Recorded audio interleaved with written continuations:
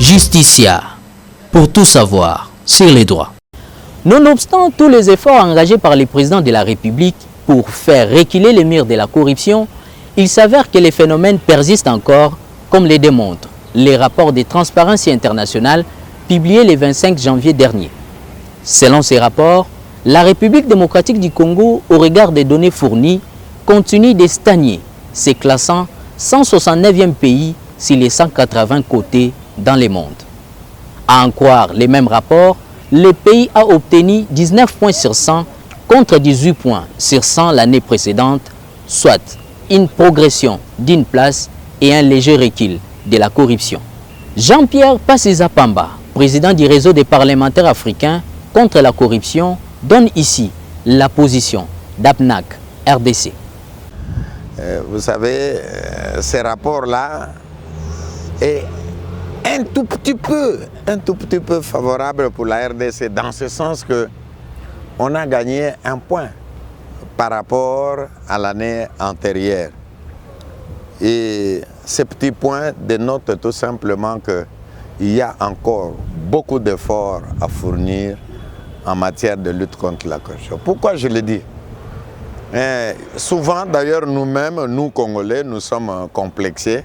Vous voyez, depuis que Transparency a publié son rapport, la presse court partout, c'est tout le monde qui vous intéresse.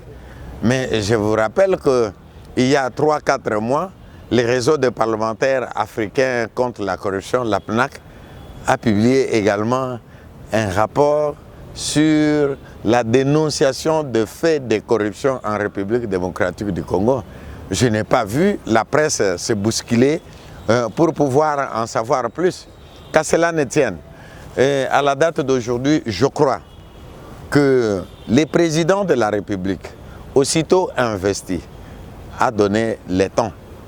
Il a donné des indications sur sa volonté, sur sa détermination d'éradiquer la corruption dans notre pays. Mais la volonté seule ne suffit pas. Le président doit être accompagné. C'est-à-dire, les structures de la société civile dénoncent. Nous également, en tant que réseau de parlementaires, nous dénonçons. Et nous faisons aussi le travail au Parlement. Et dans ce cadre-là, lorsque nous avons dénoncé, tout celui qui a été dénoncé bénéficie de la présomption d'innocence. Et quelle est l'autre étape? C'est la justice. La justice qui doit maintenant agir pour essayer, parce que la justice a tous les outils nécessaires pour essayer d'incriminer, de condamner. Soit quand quelqu'un est condamné, on doit l'arrêter. Et le fait pour lequel il a été incriminé, quand ils sont établis, on doit faire quoi? On doit les sanctionner. N'oubliez pas que dans le cadre de la gestion, dans le cadre de la gouvernance, les sanctions peuvent être positives, tout comme elles peuvent être négatives. Et ici, nous avons vu que, au stade actuel, beaucoup de dénonciations, beaucoup d'arrestations. Mais jusque-là, le peuple congolais ne sent pas encore le résultat de toutes ces arrestations. Quelle est la position du réseau de parlementaires africains contre la corruption, à l'endroit du président de la République, à l'endroit du gouvernement de la République? C'est de se tourner vers la justice. Il y a le principe de la séparation de pouvoir, mais l'article 69 de la Constitution dit que le président de la République constitue les garants du bon fonctionnement des institutions. La justice ne fonctionne pas comme il se doit.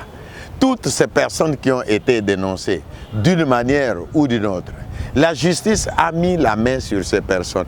Où se trouve le résultat à la date d'aujourd'hui?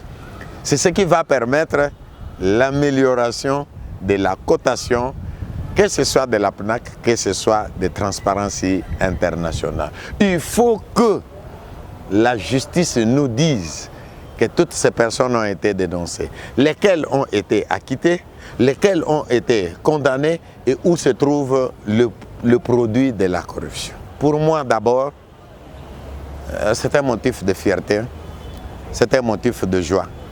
Parce que depuis 2013, que les réseaux fonctionnent au sein du Parlement et où nous avons annoncé le couleur que ces réseaux, c'était exactement pour interpeller ceux qui travaillent dans des bureaux climatisés.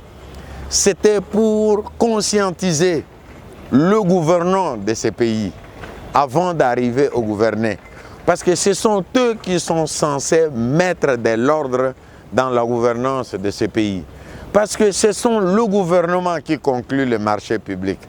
Ce sont le gouvernement qui décide des masses salariales.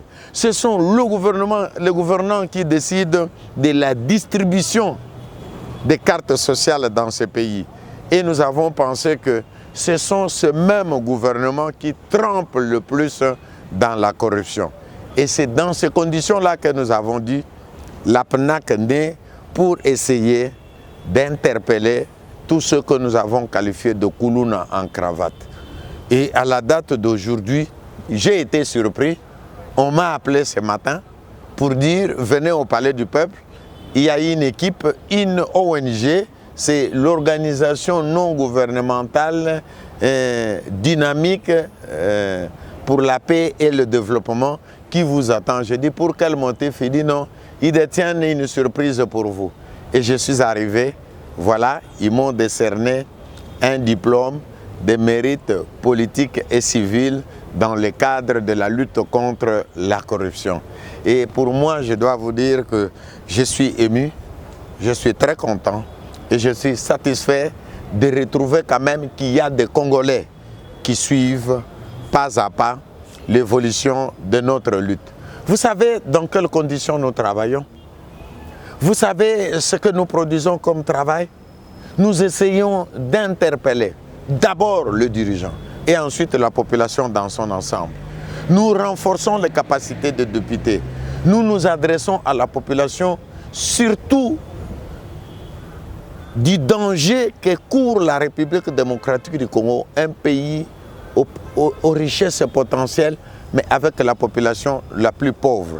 Voilà pourquoi aujourd'hui, qu'un diplôme nous soit décerné, je dédie ce diplôme à Félix Antoine Tshisekedi Tshilombo, le président de la République, qui a manifesté cette volonté politique et en qui nous continuons à croire jusqu'à ce que les derniers des corrupteurs et des corrompus puissent lâcher pour l'éclosion de l'économie et pour le développement social. Soyez félicité, honorable. Merci beaucoup. Merci, c'est parce que nous devons être aussi réconfortés moralement, mais surtout en appelant cela pour qu'on améliore les conditions de travail, pour qu'on aille plus loin que ce que nous faisons à la date d'aujourd'hui.